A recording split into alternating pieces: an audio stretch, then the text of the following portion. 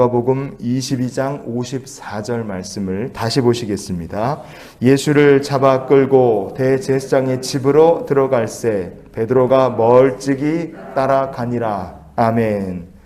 가룟 유다가 데려온 사람들에게 예수님 붙잡혀 가셨어요. 그 예수님 붙잡혀 가시는 주님을 베드로는 멀찍이 따라갔다. 오늘 본문은 그렇게 얘기합니다. 사도 누가는 예루살렘에 입성한 다음부터 주님이 붙잡혀 돌아가시기까지 모든 과정 속에 곳곳에 제자들의 영적 상태를 알 수 있는 말들을, 많은 힌트를 남겨놨습니다. 그 중에 하나가 바로 멀찍이라는 이 말이에요.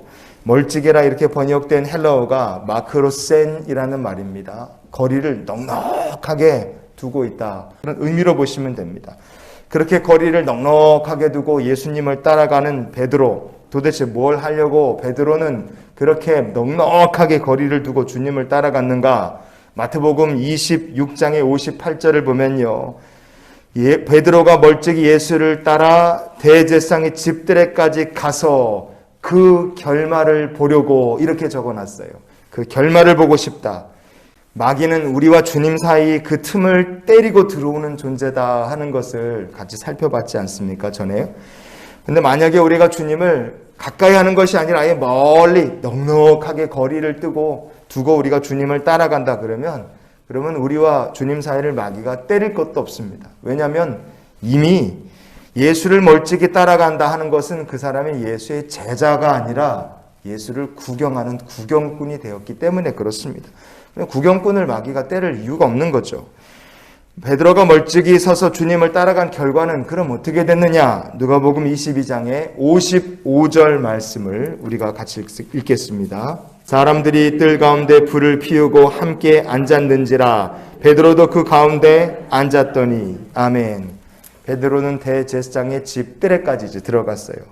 자연스럽게 불을 쬐며 사람들 틈에 쓱 섞여 들어갔습니다. 이제 베드로와 주님 사이의 거리는 멀리 떨어져 있지 않습니다. 가까워요. 베드로가 이제 주님과 다시 가까워질 수 있는 기회를 이제 얻은 겁니다. 그러자 마귀가 곧바로 베드로의 마음을 또 치고 부수고 들어오기 시작해요. 주님을 구경하려고 그 일의 결말을 보고 싶었던 베드로에게 한 여종이 와서 이렇게 말합니다. 누가복음 22장의 56절 57절을 우리가 이어봅니다. 이 사람도 그와 함께 있었느니라 하니 베드로가 부인하여 이르되 이 여자여 내가 그를 알지 못하노라 하더라. 이 사람도 그와 함께 있었다. 이 마귀의 한마디가 베드로와 예수님 사이를 완전히 부수고 들어온 거죠. 베드로의 마음이 이 말 한마디에 완전히 무너져 버렸습니다.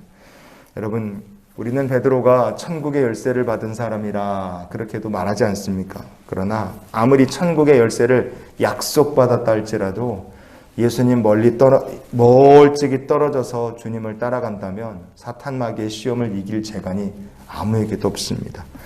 믿음의 자리, 성도의 자리는 언제나 예수님 곁에 바짝 붙어서 주님 따라가고, 앞서가시는 그리스도를 나의 십자가 짊어지고 바짝 따라가는 게 성도의 마땅한 자리인 줄 믿습니다. 멀찍이 떨어져서 주님을 따른다.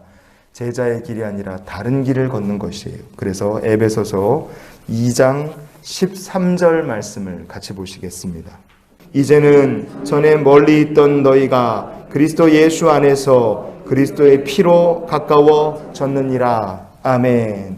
멀리 이렇게 돼 있잖아요. 이렇게 번역된 헬라어 본문이 마크란이라는 말입니다. 마크란, 두 가지 뜻이 있어요. 하나는 거리가 멀다. 그래서 오늘 본문에 마크로센이라고 돼 있죠.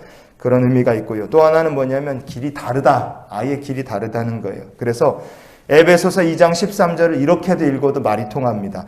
이제는 전에 다른 길에 있던 너희가 그리스도 예수 안에서 그리스도의 피로 가까워졌느니라. 이렇게 읽어도 의미가 통합니다. 성도 여러분, 주님을 멀리 따라가는 것은요, 내가 예수님과 다른 길을 걷고 있는 거예요.